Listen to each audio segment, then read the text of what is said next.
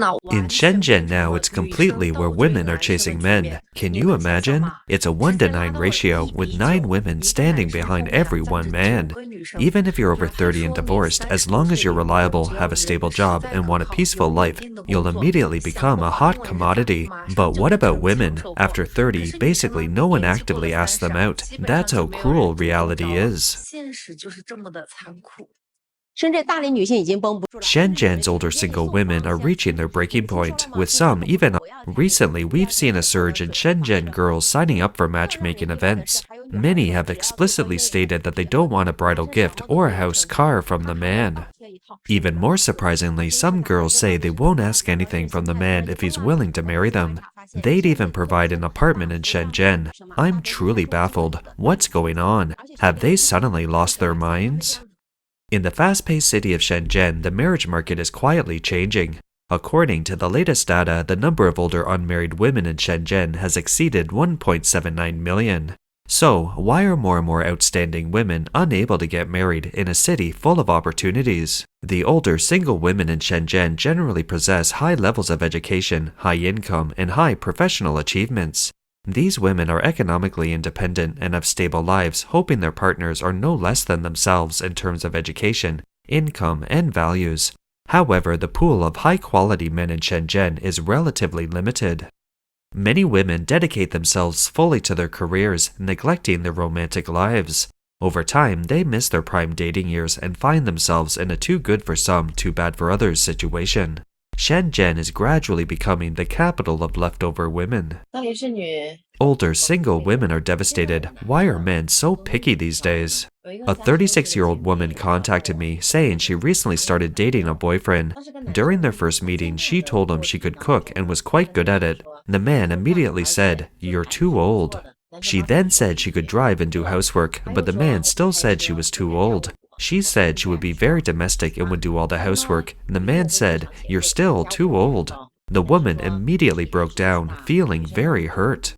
The blogger says that nowadays men would rather marry a woman in her 20s even if she only earns $420 a month than marry a capable older single woman. Why has Shenzhen become the capital of leftover women? Because 90% of the women who come to the matchmaking market are over 30. A woman who came to me for a one-on-one consultations told me that she goes to the Lianhua Shan matchmaking corner almost every weekend but hasn't found anyone. I said, "Are your expectations too high?" She said, "Just a living man who doesn't mind my age. What more could I ask for?" I said, "With such a down-to-earth requirements, you shouldn't have trouble finding someone. Aren't your conditions good enough?" After chatting, I learned she's 39 years old, a partner in a brand planning company, has a master's degree, owns a car and a condo, and earns $60,000 a year. The blogger said this woman is still single at such an age because when she was younger, she felt that as a graduate of a top university with a good job and income, her standards for men were quite high. She hoped her partner would have a master's degree or higher, own a car and a condo in Shenzhen, and earn around $110,000 a year. After dating for 2 or 3 years, she realized that most men who met these requirements were already married.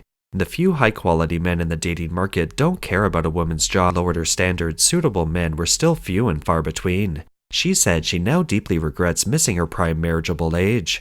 Therefore, the blogger reminds all women who want to get married to make choices early, while they are at their most advantageous age. What's it like to attend a matchmaking event for someone with $2.8 million in assets? A lady recently spent $140 in Shenzhen to attend such an event, which lasted 3 hours. Many women are probably wondering if they can meet a high-quality man at such an event. Is it worth the money? This girl shared her experience. There were about 30 people at the event, roughly half men and half women. Regarding the quality of the guests, I felt that 2 or 3 were genuinely wealthy, with assets possibly in the tens of millions of RMB, and owned companies. Others seemed to be more overstated. My biggest impression was that all the male guests were quite old. There were probably only 4 or 5 born in the 90s, and most were over 35, which was a significant age difference from mine. Half of the female guests also seemed to be over 35. It was rare to see someone like me in my 20s.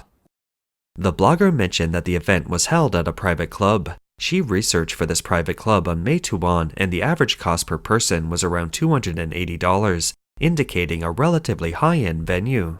The basic event flowed from there, a meal, and the food was indeed quite good. After introductions and some chatting, people moved to different tables for activities, and then the event ended rather abruptly. She had previously attended a $20 matchmaking event where many men added her on WeChat and chatted afterward. However, at this event, the men weren't as proactive in asking for her WeChat. Even if they added her, they wouldn't chat. Everyone seemed busy, and their time was precious. The blogger advised that if you're looking for a marriage partner, this event might not be suitable. The men were older and not particularly attractive. They might be less proactive towards the women because of their financial situation. Why are older single women anxious while older single men aren't? I've been a matchmaker in Shenzhen for 5 years, and I'll tell you the truth. Women aged 22 to 28 have an advantage in the marriage market. They can choose freely. But once they pass 30, their market value drops drastically. By 35, even if you earn $1,000,000 a year, own a condo and a car, in men's eyes, you become less desirable, let alone having specific requirements. If they want to find a decent, down-to-earth man, they have to pay extra. But for men, 28 to 35 is their golden age for appreciation. The blogger says that successful 35-year-old men are often pursued by women. They don't need to rush at all. The marriage market is inherently unequal. A woman's capital is youth, while a man's capital is accumulated wealth. Which one can withstand the test of time? In Shenzhen, older single women are increasingly panicked because they find their pace of compromise can't keep up with their rate of devaluation. I just met a woman born in 1987 at the matchmaking corner, and she told me this. She said she's been on nearly 30 blind dates, and even though she's lowered her standards again and again, she's always been rejected. Thinking back to when she first graduated, she was focused on her career, rejecting all the men who pursued her. After 5 years of hard work, she finally climbed to a senior management position, and now at 29, everyone around her tells her it's time to get married. The blogger said she felt she was a good catch and should find a man with better prospects, but before she knew it, she was well into her 30s. She suddenly realized that no one was interested and started actively going on blind dates, but found it difficult to find someone suitable. Are you a college graduate? Yes. What are your requirements for a partner? I'd like him to be at least 170 centimeters tall. How tall are you? I'm 164.5 centimeters. Very precise, equivalent to 165 centimeters. If he's over 170 centimeters, what about his annual salary? I don't have any specific requirements for annual salary, just that he owns a car in Xiamen or has the ability to buy one. Do you have any requirements for his job? It doesn't matter, just that he can spend more time at home each month and needs to be family-oriented. Matchmaker's sister Shi shared that a 36-year-old man actually complained that a 33-year-old woman was too old during a blind date. This guy is an IT professional with good overall qualities, a stable job, and an annual salary of $80,000. He's just too busy with work, which has delayed his dating life.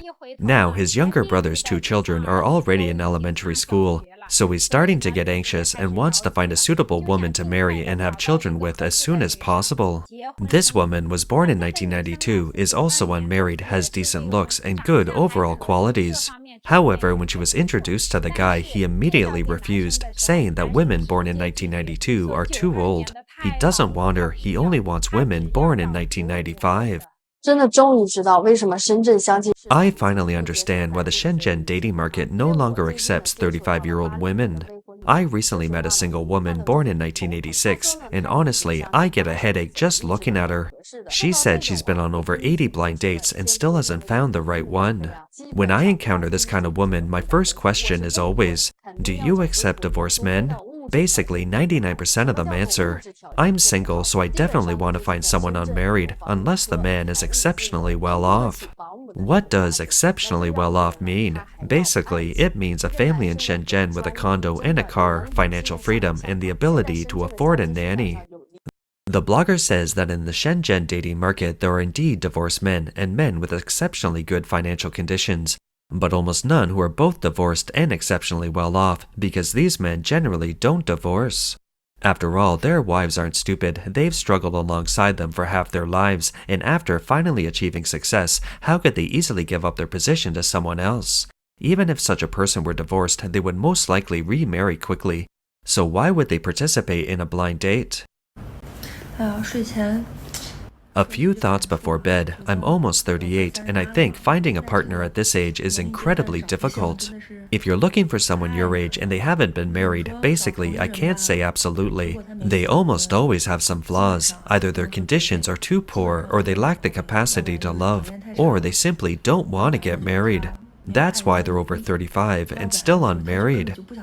This blogger says that if they're divorced, they almost always have children. If someone has children and is still divorced, then that person is very irresponsible towards their children. The blogger thinks that being single at her age sometimes affects her mood. She might wonder, what am I working so hard to earn money for? The life wouldn't cost much, and she had no husband or children. She believed that the meaning of marriage wasn't about extracting emotional value from the other person, but about having a stable haven for one's heart. You know someone cares about you, you can share your joys and sorrows with them. After work, you can peacefully read or watch TV without having to attend those inefficient and awkward blind dates. Therefore, she felt it was better to settle down and get married sooner rather than later. No wonder there's such a problem with single women in their late 20s and early 30s in Hangzhou. 99% of parents were from girls' families. 90% of the profiles were from women born between 1990 and 1995. These women I looked at all had excellent qualifications: doctors, government employees, and accountants. Many of them came from well-off families, their parents had pensions, and they owned condos and cars. Basically, aside from being a bit older, there's really nothing wrong with them. You might wonder why so many excellent women are still single. The blogger says these single women all want men who are over 175 centimeters tall, own a car and a fully paid condo in Hangzhou, earn over $40,000 annually, have a good personality and temperament, and have no bad habits, etc. To be honest, these requirements aren't particularly high on their own, and they do match the women's own circumstances.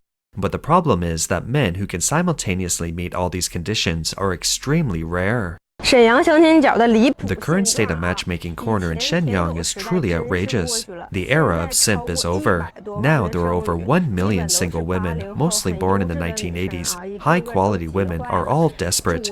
Even when they actively try to talk to men, they are met with picky rejections. If they don't take the initiative, no one will even notice them. They have no chance at all. Pan Tianhong, the 29-year-old founder of Film Hurricane in mainland China, recently went to a matchmaking corner in Hangzhou, Zhejiang, at the suggestion of his fans to try and market himself. Despite his company's annual revenue exceeding 14 million, he faced repeated rejections, sparking heated discussions among netizens. In the video released by Film Hurricane, Pan Tianhong appeared at the matchmaking corner, showcasing his resume. Junior high school education in China, divorced and single. His father works in the courier industry, and his mother takes care of the family. In terms of his profession, he listed himself as a photographer related to film production. He also attached a casual photo to his resume, showing him with his hands supporting his chin, hoping to find a like-minded partner.